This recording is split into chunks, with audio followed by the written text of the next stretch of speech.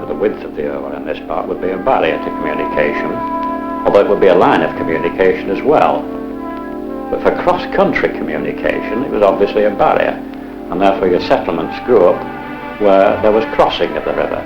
And Salford and Manchester grew up at both ends of a ford, hence Salt Ford.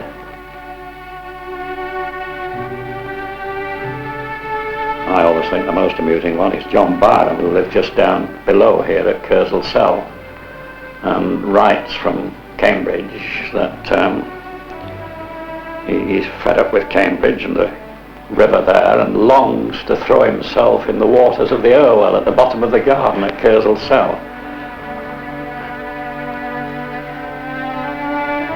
Charlie Hanson, who was the Salford historian, thought it was connected with the ford by the hall of the lord who sort of overruled these parts, but I think the generally accepted one is that it was a ford by the willows, the sallows, the willows, which is logical enough.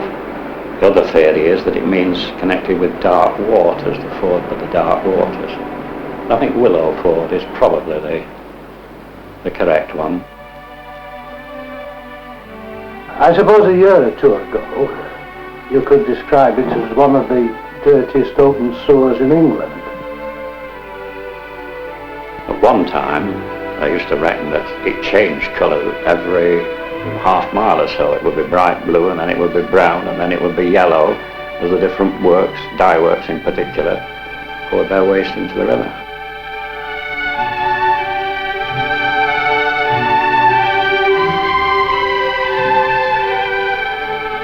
On the local level, the various floods, which of course have had a disastrous effect on some of the areas.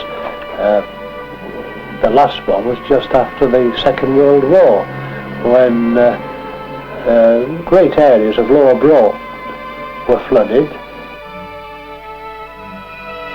A man living up the lane here, for example, who's got a great idea that it could be even a means of relieving pressure on the roads. He's got the idea of a boat taking people down to work. I just don't see that one, because you've got such vast meanders, you know, unless you had a couple of hours to get to work. I don't see that as a possibility. In the turn of the century, there were pleasure boats, and until fairly recent years, the old landing staircases were still to be seen near Manchester Cathedral. And yes, there are. They're still there. And the pleasure steamers used to come up there and load, and it was a day out for people to go sailing. Well, over the years there have been lots of suicides. There was a period when the Victoria Bridge, which is one of the main links between Manchester and Salford, had many people threw themselves off there. I think more people were injured than drowned.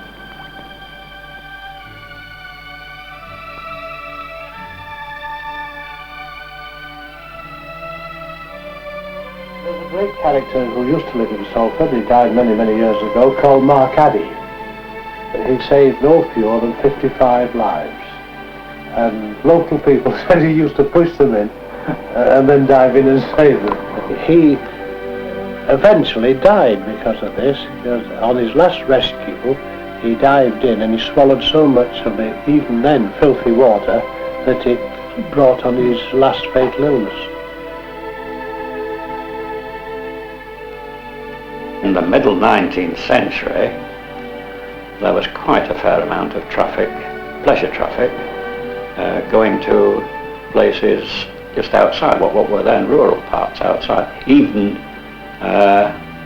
Trafford, Pomona Gardens, there was terrific traffic to Pomona Gardens, where you had gatherings of tens of thousands of people on occasion, and a lot of them would go downstream from opposite the cathedral down to Pomona Gardens.